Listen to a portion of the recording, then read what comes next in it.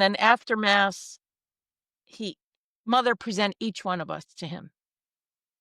So it was my turn, but I'm at the end of the group, towards the end, and his hair is hanging like this. He did that thing where you comb that straight back, comb back thing, and then you put your zucchetta there and it holds it all in place. Well, somehow a big chunk of it got loose, and they're taking pictures. And I'm thinking, they're taking you know how they make fun of him in the United States, they like to make fun of the church, the bishops, anybody they can make fun of. And I'm like, they're not gonna make fun of him while I'm here. This is my church, this is my time, that's my pope. Nobody's gonna make fun of. So I had talked myself into the fact that when it was my turn, so Mother presented me to him, and I fixed his hair, and he jumped, and he goes, "What are you doing?" I said, "Holy Father, they're taking your picture and your hair's sticking down." And he goes, "You must be an Italian." He thought I was taking hair for a relic to go home with. And I'm like, and I said, "Oh no, Holy Father, I'm an American." He leans over me and he goes, "Someone in your family is Italian." I said, "My mother's Giuseppina Gioia Bodanza." He goes, "See, I told you so." And he gave me his blessing. And then I thought to myself, what was that all about?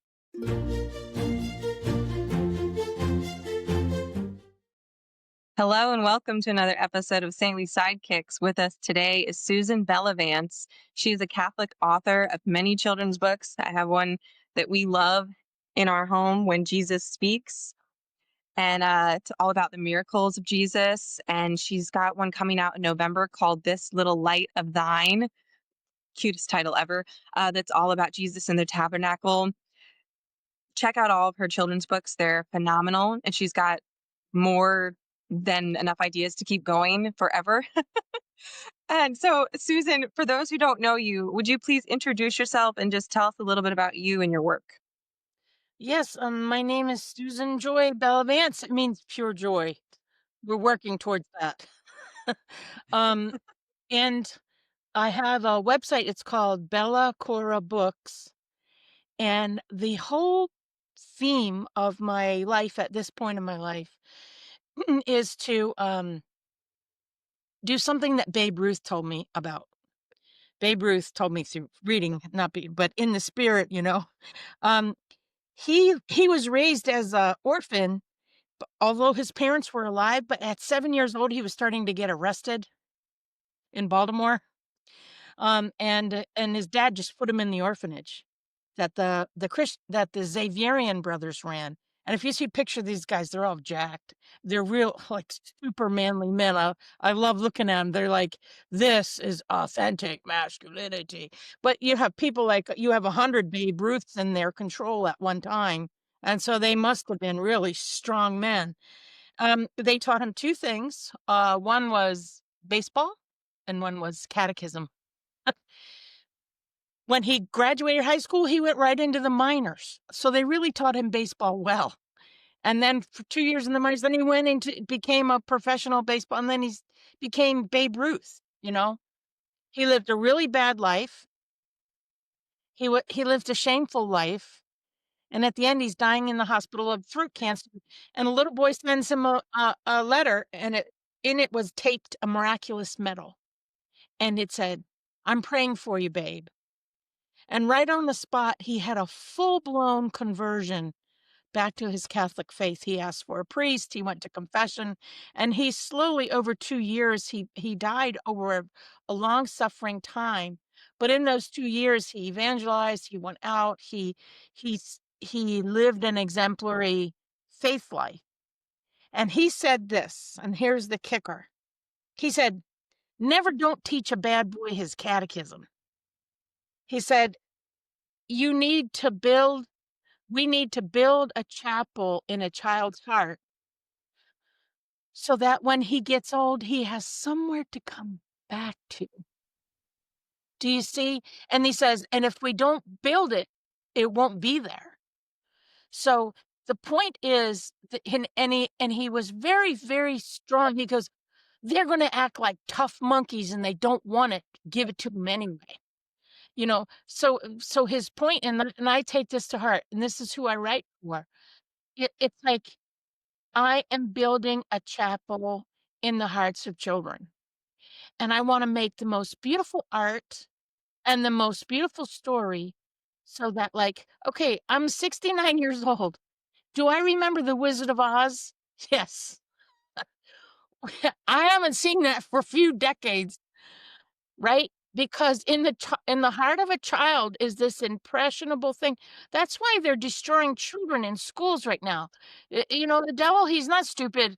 It's like, let's fill their heart with filth and twisted words and untruth so that you can't build a chapel because it's just gonna be a swamp. And it's like, "No, no, no, no, no.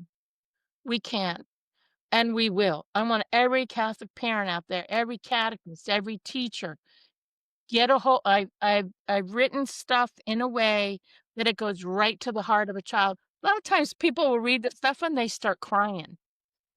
Which is what I love the most. The parent will be reading the thing, and I had this one, a friend of mine, she's a writer, and she was looking at my book. Oh, is this one, um, Will You Come to Mass?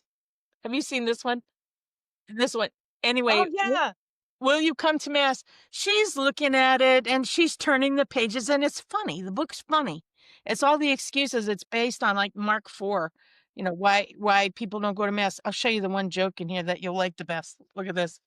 So notice this, the snake, he doesn't come because he's on the sands, but I just want you to notice that he's only in one leg of the trunks. I just kind of throw jokes into my book sometimes. Anyway, so at the end, the little lamb goes, and then the lady's turning the pages, and can you find the little lamb? And you turn the page, and then our Lord has the little lamb. He's the good shepherd. And the little lamb is snuggling up to his cheeks, and she just bursts into tears. She goes, "I did not see that coming." And it's like to instill in the heart of a child that when you go to mass, that's an embrace of God. He's there. That's the name. So, so each I just want to encourage any parent anywhere. It doesn't matter if your kids are acting like monkeys, like Babe Ruth said. Show the books, read the stories. Stories stay. You think Jesus told stories because he knew we would remember them than all the theological tomes that he told in John. How many people can do John 13, and all the say all the stuff like no, but everybody goes though, the story of you know, anyway, all the stories. So that is kind of what the work is right now. And Sophia Institute Press is just releasing in November my most favorite book that I've done, I think. Not done yet, so far. It's called This Little Light of Thine, and it's Tell Me Why Does It Shine, This Little Light of Thine, shining there all the time. It's the sanctuary lamp. Why does it shine? Well, it shines like the Star of Bethlehem because Jesus is here. And then you turn the page and we put the Star of Bethlehem in the sanctuary lamp. And then it says there, it shines like the Star of Bethlehem. And then by the tabernacle, it says, because Jesus is here. So why does it shine? And every, um, everything from the gospel that makes light, one of the favorite ones is, it leaps, 'cause flames leap, right? It leaps like John the Baptist and his mother's womb, and we have a big picture of the see-throughing the belly, and the Baptist is doing one of these, "Woohoo!" And, and then we put the woohoo into the sanctuary lamp. It's hilarious and poignant. He he leaps because and then it says, "By the tabernacle, because Jesus is here." Mm. So, I dedicated the books to this past, present, and future students of Steubenville. because they have a chapel, the port, where they go and they labor with the tabernacle in their lives about, where am I going? What am I doing? Jesus, I need you. And my daughter went there, and she graduated in 2011. But I saw those kids really work, and they have just kept that up for decades. And so I'm Mm. so proud of them. So I gave them a shout out, and I have a beautiful image of their chapel in the beginning of the book. So anyway, I cannot wait for that book to come out. I'm so excited. and it has enough Christmas elements in it it has like three allusions to Christmas. John the Baptist, it has Our Lady pregnant, and it shines like the flame of love of the Immaculate Heart of Mary as she, speaks to her baby in the womb. You got 2 womb actions going on in So, shout out to all the moms there, and the Star of Bethlehem, it's the Star of Bethlehem, the whole book is stunning. A very talented artist that I work with, he wants to kill me, but, I keep making him get it right, and I think he's like, "I'm never working with you again." Okay, then I get some more money together, it's like, "How about now?" Or so, anyway, his name is Byron Hamilton, and he's a brilliant artist. I think he's the one that did this Yeah. one. Yes, he's very classical. I have a second artist that I work with, who did, The Crooked Court Jester and The Last Night, which is about the final mercy and the divine mercy. I think it should be a Halloween season book, because he takes off his costume at the end and realizes what a jerk he's been his whole life. So it's a great story. But this is my other illustrator, so he does all my fairy tales. So I do sacrament fairy tales. King of the Shattered Glass is the first tale. This was artist Sarah Tang. This is about the sacrament of confession, and it's a really good one for first confession. You break the king's glass in the 12th century, 13th century. You had to bring it to the king because it's precious like gold. So, if you see her bringing it, see his feet, see the Divine Mercy feet, see his red sap, Mm-hmm. and here's the sacrament. Like, she's terrified every time. She keeps breaking the glass over and over. Every time she breaks bigger pieces of glass. But if you see this one, you can see the Divine Mercy, see the confession. She's bringing the broken Mm-hmm. glass, and he's showing his forgiveness, but he's receiving it in his red sash. With Mm. and in the end, he takes all of it and he makes a stained glass window with all her mistakes, Oh, how beautiful. with all the broken glass, and then he adopts her. Oh, So that one is very emotional to read. Kids love yeah. it.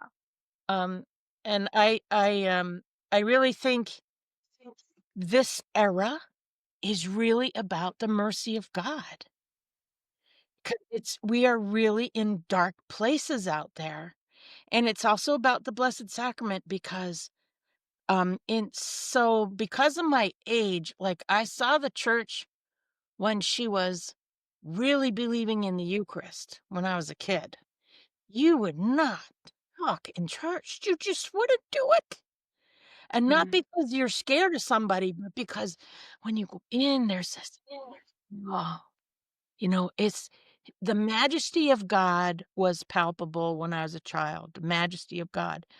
And the priests reinforce that, the sisters reinforce that, the parents reinforce that, the children, we knew. You just never did yakka-doodle-doo in church. "Oh, Harriet, it's so nice to see you today." And I'm like, "Yeah, you see Moses in the burning bush? Hey, Aaron, how are sheep doing? You got my sheep down? Excuse me, I'm burning, but wait a minute, just wait, hold that flame." You got I mean, what the heck? I e and what and you know what the heck changed? Nothing. People people's like, "Oh, you know what? They got bored with God." I'm just like, "This is Mm. terrifying." So now you go into church and it's like whack-a-doodle-doo. I cannot get, and people go in there in their bathing suits and various things, and I'm like, "What the heck?" I have a great story called "What Will I Wear to Mass Today?" It is so hilarious, and I'm just gonna do it. I'm just gonna do it. Anyway, it's like this generation, it's pressed upon them. Carlo Acutis is no joke that he's been canonized now. What did the Lord do in his life? He he was brought back to something. This is your inheritance, and I'm sorry, but the crazy people that are in power have thought, "Oh, we need." I've been to a few churches, I won't say what diocese, but and they constantly are putting the Jesus in the back room behind you. They put Jesus behind you. So you walk in the church and what do you got? You got pipe organs. I'm like, what am I supposed to turn around, jump down, turn around, and do my genuflection? That's jump down, turn around, do genuflection, jump down, turn around, do genuflection. I'm sorry, but what could be what could be more theologically incorrect? You're gonna say that the howdy doody, that you guys are going for the howdy doody effect, that is as holy as the burning bush? And is the burning bush is the tabernacle less than the burning bush? Dude, you better look in your catechism and find out.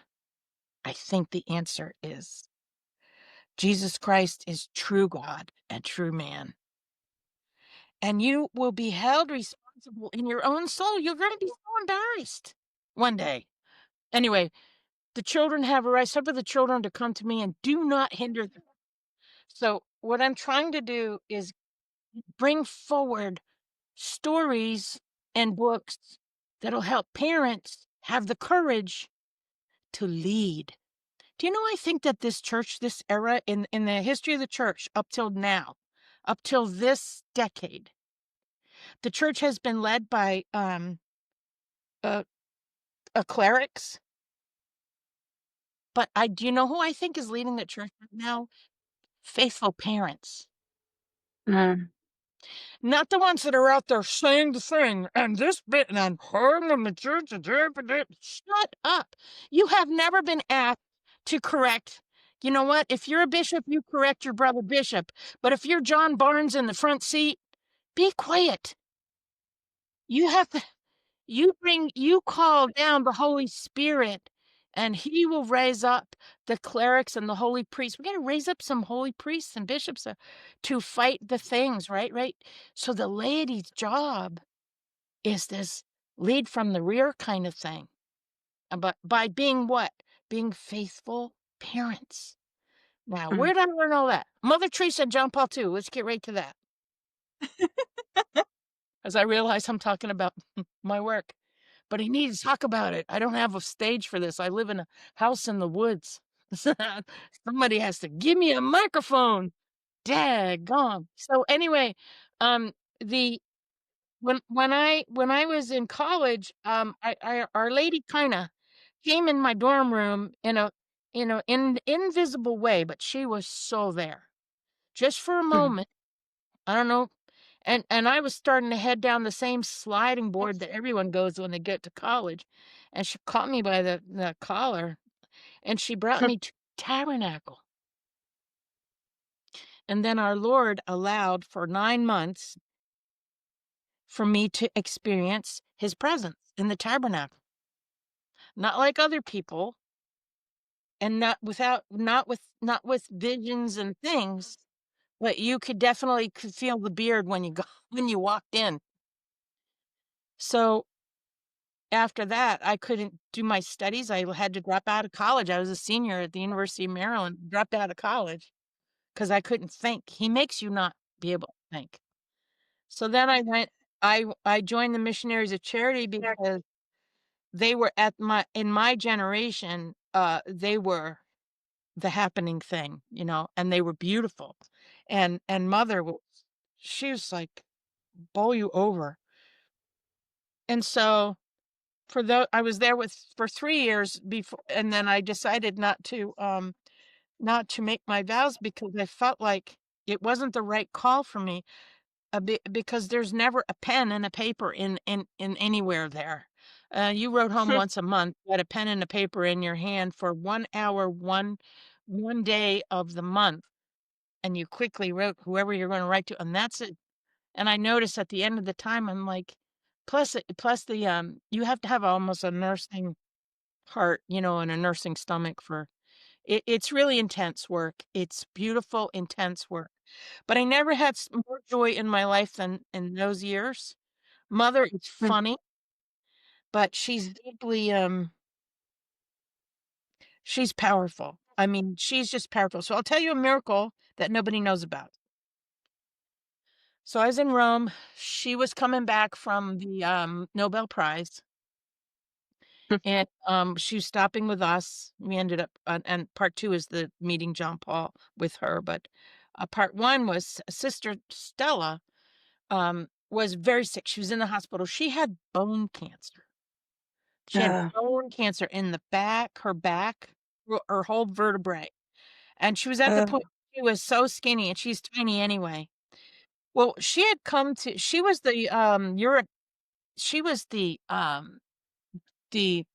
superior of Europe. We had regional oh, superior. And she was like the meanest nun I ever met in my whole life. I'm like, no. why is this lady so mean? She would correct you and she would say ironic things, and by the time she get done with you, you felt like, "Oh my gosh, I'm go put my head under my pillow."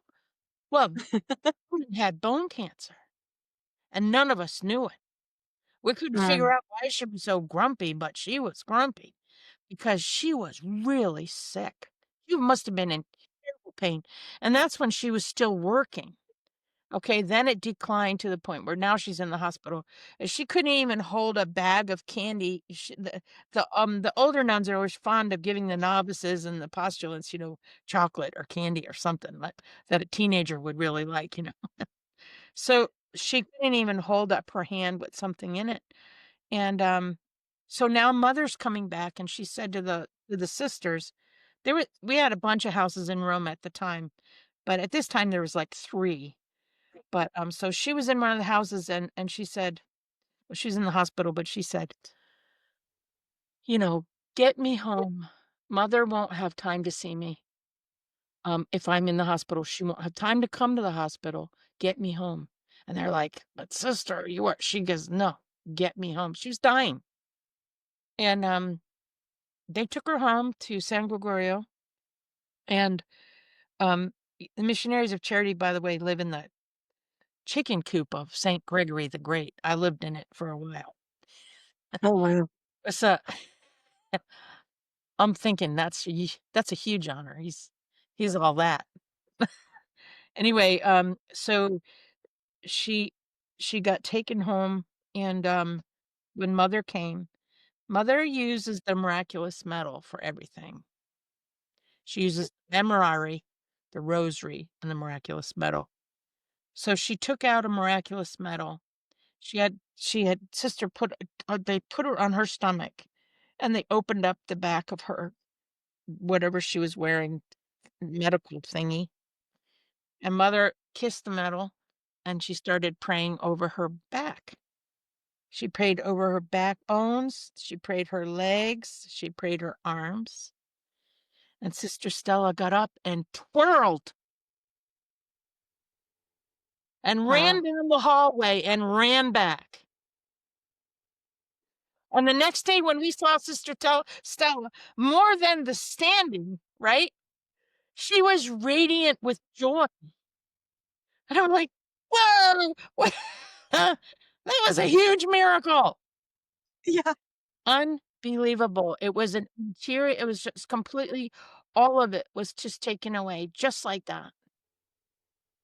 Yeah. And, so when mother came, the year before mother came, I was in New York, and Holy Father was coming to New York. John Paul II was coming to New York. Everyone was freaked out excited. And I go by and there's this nun, Sister Lucie, and she had, a really thick Montreal accent. She had really difficulty with English, but English was the house language. So, she's crying. "Sister, why are you crying?" She goes, "Oh, you will stay here with sister." Her superior was sickly, and she was fierce. Her name was Sister Priscilla. She was fierce, awesome, but she's pretty fierce. And, I will stay here with sister while everyone goes to see the Holy Father." I said, "Oh, sister, are you crying because you can't go see Holy Father?" She goes, "No, it is not that. I will spill something," and she would yell at me. She was very bumbly, like, she dropped it, she spilled it, she fell down, whatever, and she was just adorable, little, beautiful French Canadian sister.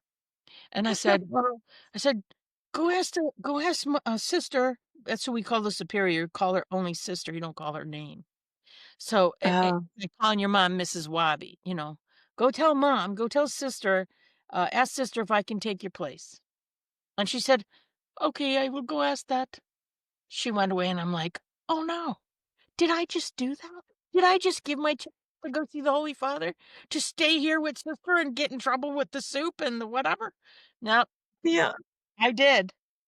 And she came back and she was all smiling, and I'm like, and I said a swear word under my breath. I won't say what I said. It wasn't that bad, but it wasn't that good. Anyway, so I'm like, "Oh my gosh." So the day came, on all the nuns got in their 3rd set.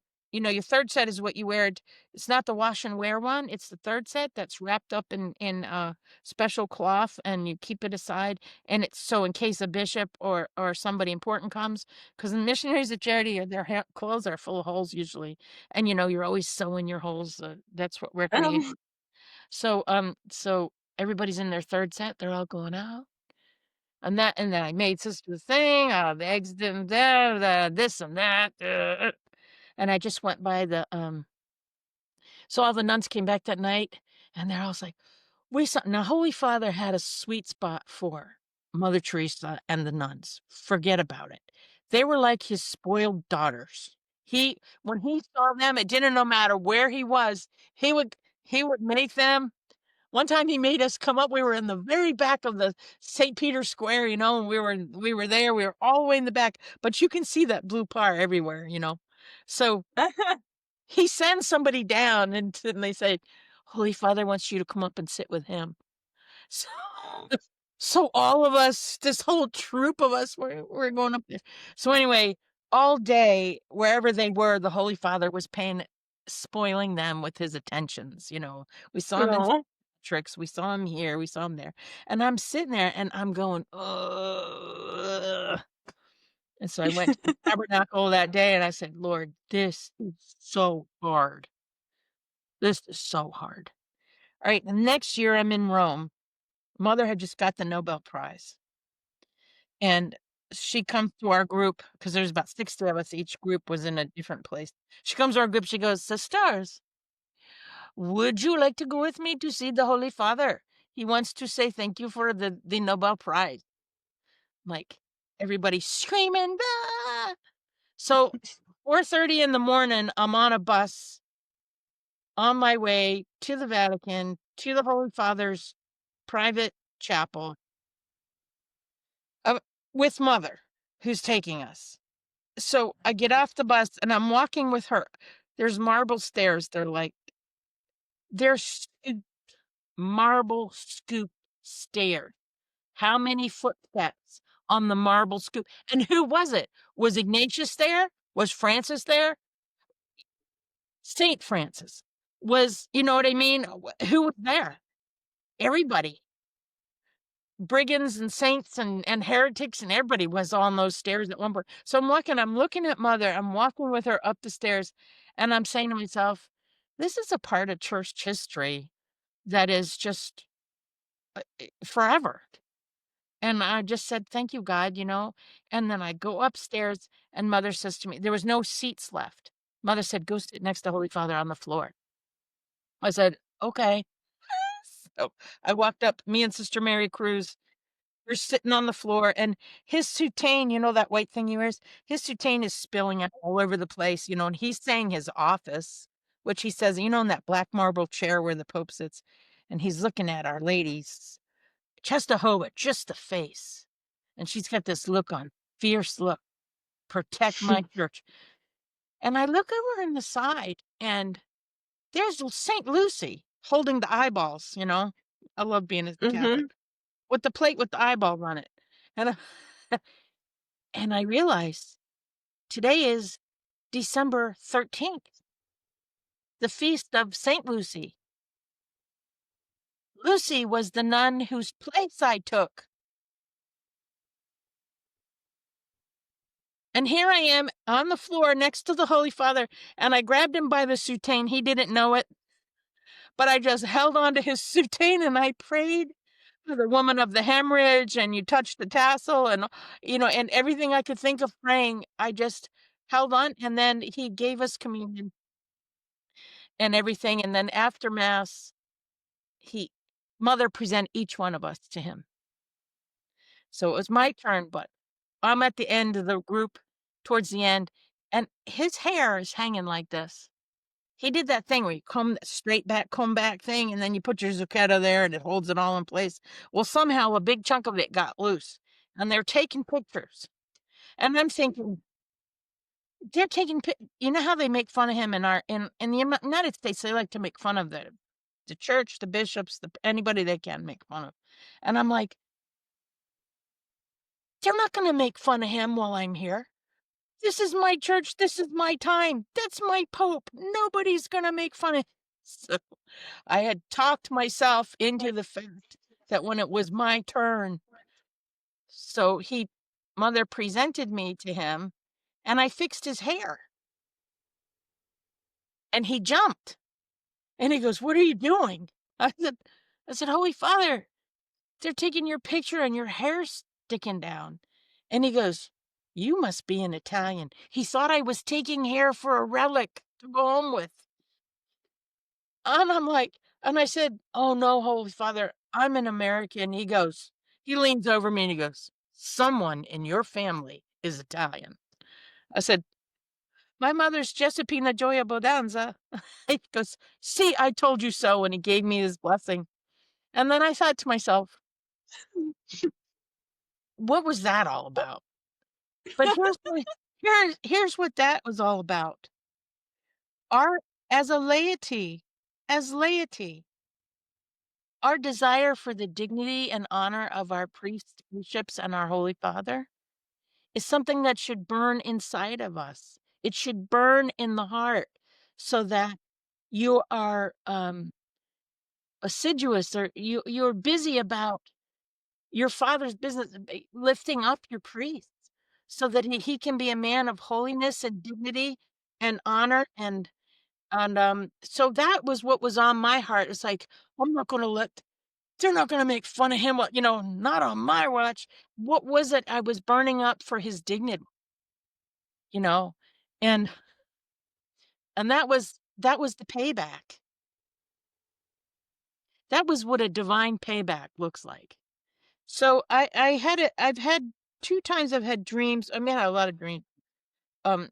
One time I had a dream about John Paul. I've had a lot of them about him, but I was in the chapel with all these people. He was coming in with the Blessed Sacrament, and he had this jeweled coat on that was just staggering with the beautiful jewels.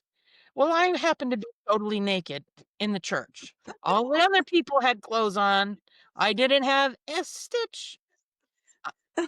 And as he's walking by, I said to him, Holy Father, I'm so sorry. I don't, I am sorry that I'm naked. I don't have any clothes." And he took his coat off and he put it on me, and he said to me, "You're not naked. She is."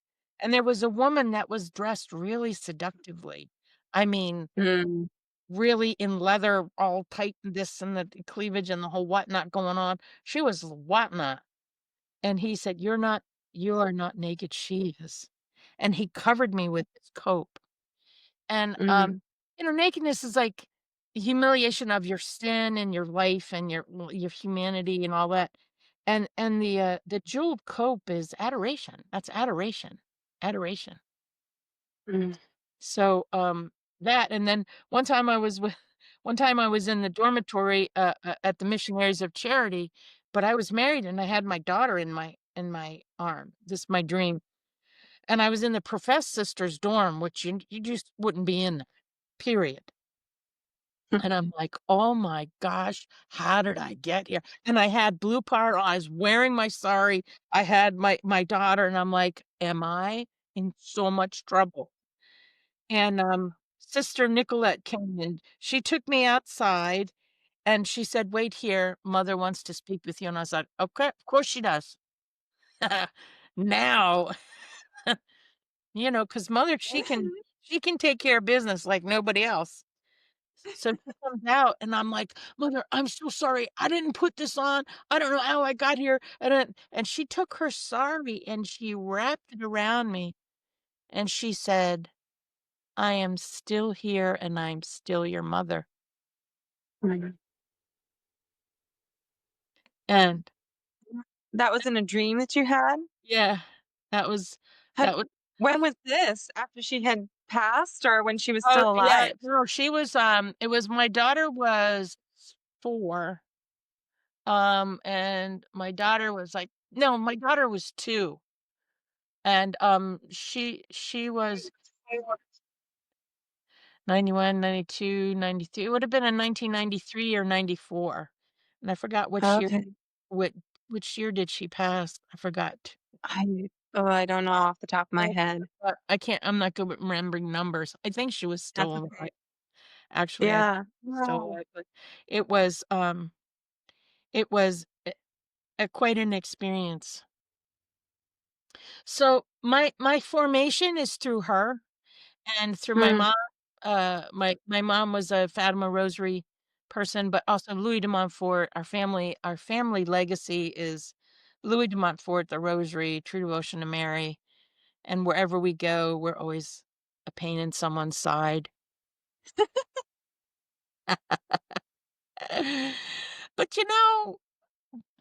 But, what else can you do about it?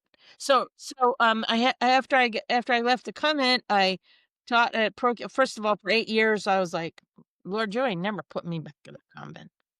I ain't doing that again. I don't even care what your will is. I'm not doing that again." I was, like, so obdurate about it, and he's like, "Okay, that'll be 10 years."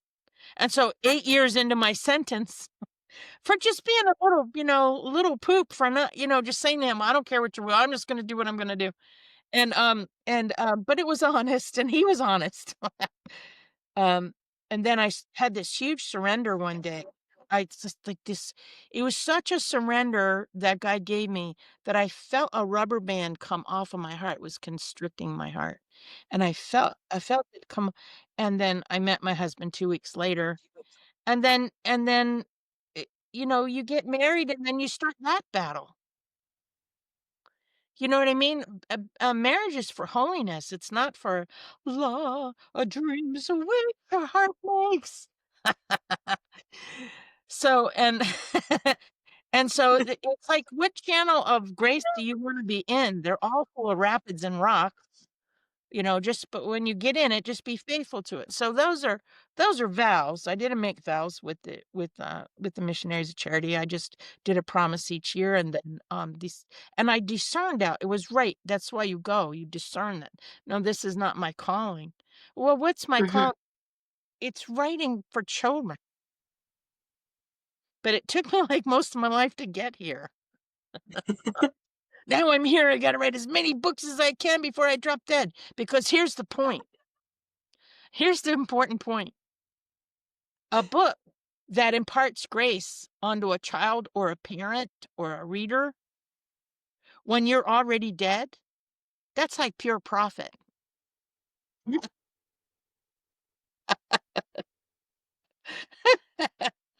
That's what I'm thinking. I might not be theologically correct about that, but that has to go in my account. If somebody has a moment because of one of my books, that's gotta go in my purgatory account. Check, not 1 more day. Take 10 off. Take 10 off. All right. So that's what I'm I mean, banking I on. would think so. I would think so. I'm gonna agree with you on that one. I would certainly say so. And This book that we were gifted this when my daughter got confirmed. I guess that was last year, and I cried the first time I read it, and mainly, I mean, it's beautiful. It's it's beautifully simple, and that you like. I think all of your books are this way. They touch the heart of the parent, but also teach the child. So they're simple enough that a child can understand these huge, complex things, Yeah, but beautiful enough that also a parent who's tired and spent and yearning for some time with the Lord can get it. And I yeah, really did from this book and from all of your books. They just have this beautiful simplicity in them that both the parent and child can absorb. And my daughter, from birth, had severe health issues that were very painful for her, and we, tried everything.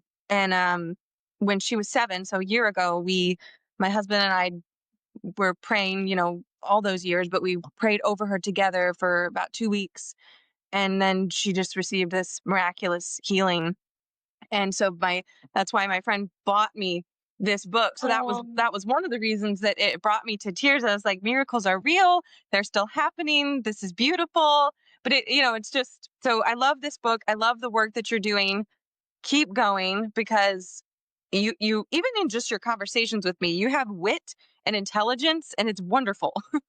yeah. Just don't ask me tomorrow what I said yesterday, because something something like this last year, something got unplugged. There's a wire that's unplugged. And so, and so if you can accept that part about me, I'm going to tell you the same. My kids always say, I love telling jokes to you, Mom, because every time I tell you, you don't remember it. And I will have the same response. That's funny. That's this and that. Yeah, Mom, that's what you said last time I told you this joke. Yeah, Oh there is man. a huge need to accept. I'm kind of excited. I'm kind of excited because as you get older, I guess people dread death. I guess some people dread death, but like I've been looking forward to die like my whole life. Like I've been I've been trying this. I've been trying this out for my whole life. No, it's just that it's very exciting, the thought of everything. And I have more dead friends than I have living friends. Like St. Anthony and I were hanging around when I was 7. I've known him my whole life. And I have a lot of friends that I've never seen, but they've done things for me. They've they do things. Being Catholic is like the most awesome thing in the world. Really, it is. But but you but now I look at myself and it's almost like sprint time. Springtime? Well, sprint time. When you're getting older, like, if you haven't done anything today, if you're an old person looking at this, if you haven't done anything up till this moment, pick a thing, anything, and just do it with your whole heart until you drop dead. That would be my that would be my advice. How glorious would it be to go out doing the thing? Whatever it is that God called you to do. And so, yeah, and on an average day, I live in total darkness. I don't even see people very much. I go to mass, and there's a lots of ladies there. I was kinda come and go, 'cause I don't like talking in front of the tabernacle. I just don't do it. But anyway, it's like it's right now, it's a uh, so there's a lot of challenges with darkness, dark faith. God doesn't talk to me. I talk to him all the time. I'm like, Lord, men are so silent. Why do you have to be a silent man? Can't you be a, no, you are the word. I always said, oh, when I get married, there'll be someone to talk to it's like, no, at the, at the end of the day, you know what? Still have 10,000 more words and he's tired, right? So I'm sitting there in the tabernacle and I'm telling our Lord the things and I'm trying to be whatever. And I'm like, you know, I hate to say this, but you remind me of just another silent guy. But silence is his language. So it's like learning the disciplines of the soul to soul and the Eucharistic adoration and all the parts of that. It's very, profound, and you have to be really up and not let your guard down. Hmm. So, you have a feeling, so you've had enough feelings. You're done. Check the box, okay? Just so I have to really encourage myself just just to be faithful. I don't need emotions. I don't need feelings, but just to be faithful. And then some days you're just in the dark and you're just having a dark moment. So that's the work of the Catholic. Do you know why? I mean, Protestants don't have to deal with the Eucharist. They don't have to say my Lord and my God to wheat and water. You know, it's like we have this extraordinary gift, but in order to have the gift, you have to freaking believe that it's what he said. And I look around, I was like, nobody's up for this challenge. Oh, Harriet, what did you do? And I saw him in the hospital and his arm was like this. And it's like, ladies, they built a whole hall right onto this church so you could kibitz. But it it's not just you're annoying me, but you are annoying me. It's not just that. It's just that, like, here is the living God.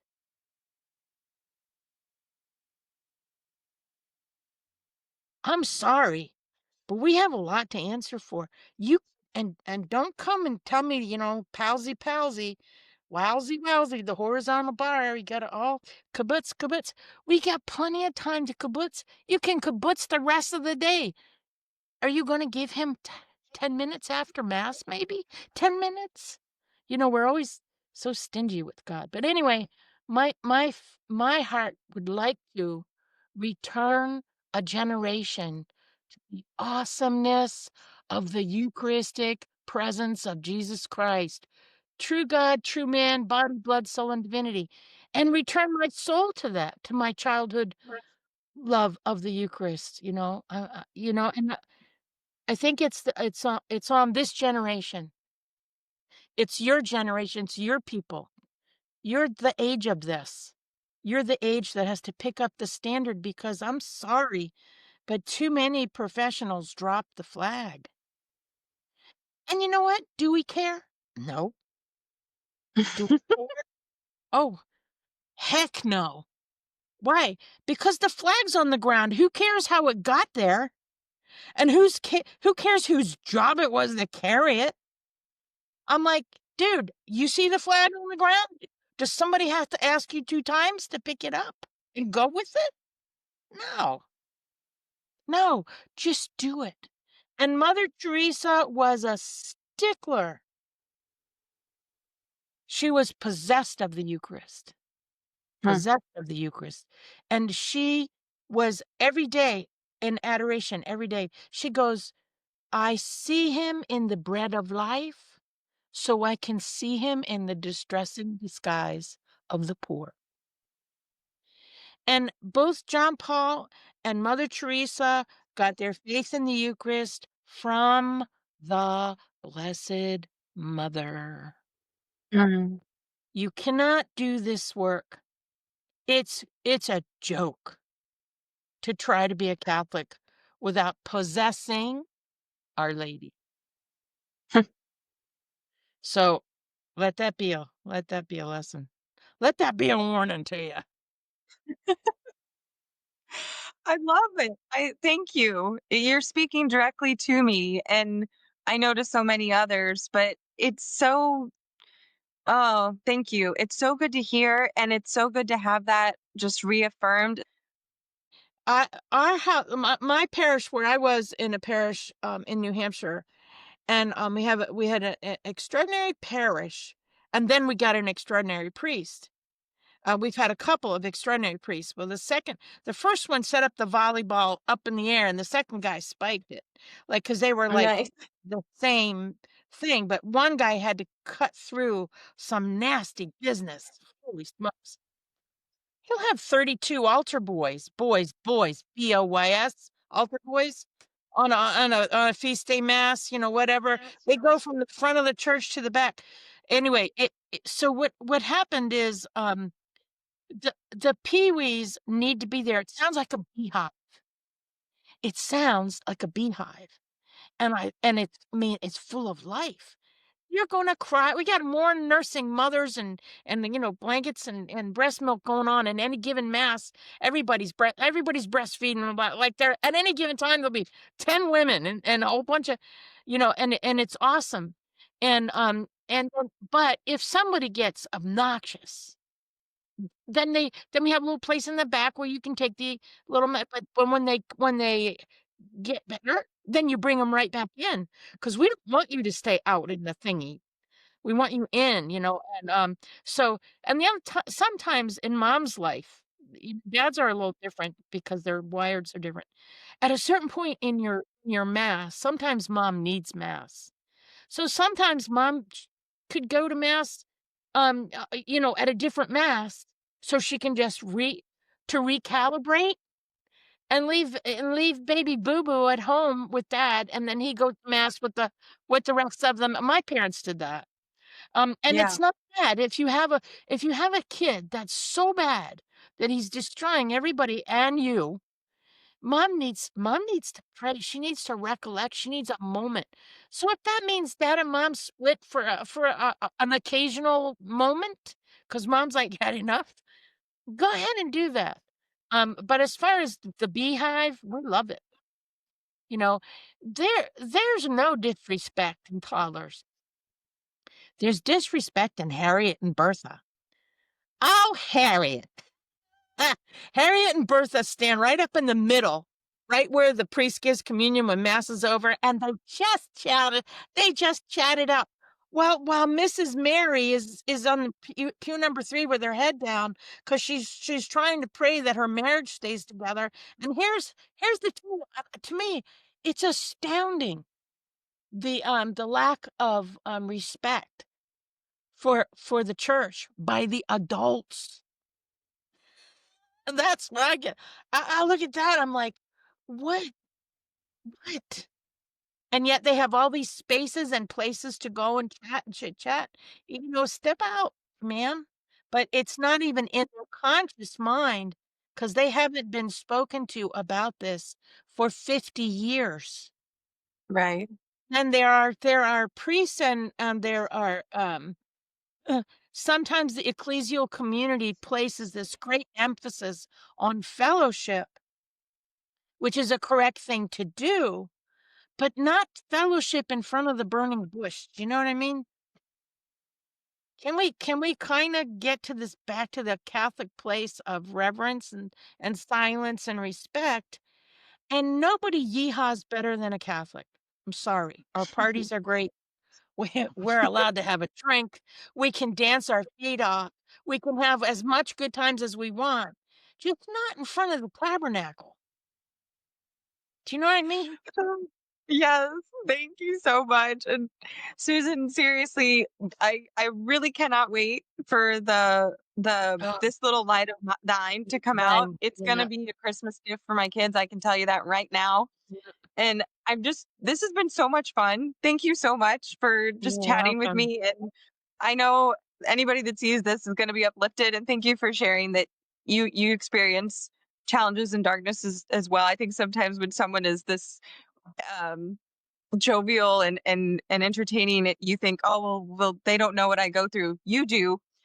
So thank you for sharing that and just for your time. And I I cannot wait to see the books that you come out with and just keep going. You do the hard Thank stuff. you. You're helping people. You're helping And me. and So thank I you. wanna say one sentence to your generation, your moms. You are my first of all, you are my idol. You are my hero, and I'm going to just say this, it should be a T-shirt. The hand that rocks the rosary rules the world. Um, Thank you. And Someone needs to make that into a T-shirt. You're yeah, right. yeah, the hand that rocks the rosary rules the world, and every time I see the mom in there, and she's juggling all these little people, and she's lost her figure, she's lost her ability to dress up nice, and she's lost this and lost that, and she's doing thing. I'm like, There is a divine presence right there. All of that is what God is looking at in this time period. And the rest of these guys that are doing their yeehaw, doing this and that, nope. It's just you'll have to deal with your conversions later, but this lady, she's got it. So keep going. Celebrate life. Have another baby. Thank you. I'll let my husband know. Yeah, if you can let Susan, him see that. we're going for number 4. Yeah. All right. Well, thank you so much. I'm grateful. I hope we didn't get in any trouble today, but we'll see. I don't think so. I really appreciated the stories, and I love that you referred to Mother Teresa as mother. It's so intimate, and it's just like a whole nother world for me, honestly, to think about being in the presence of people like that and having been very close with her. And obviously, sh- you've definitely taken on a lot of what I know of her messages. So that is so incredible. Thank you so much. You're welcome. You're welcome. God bless you.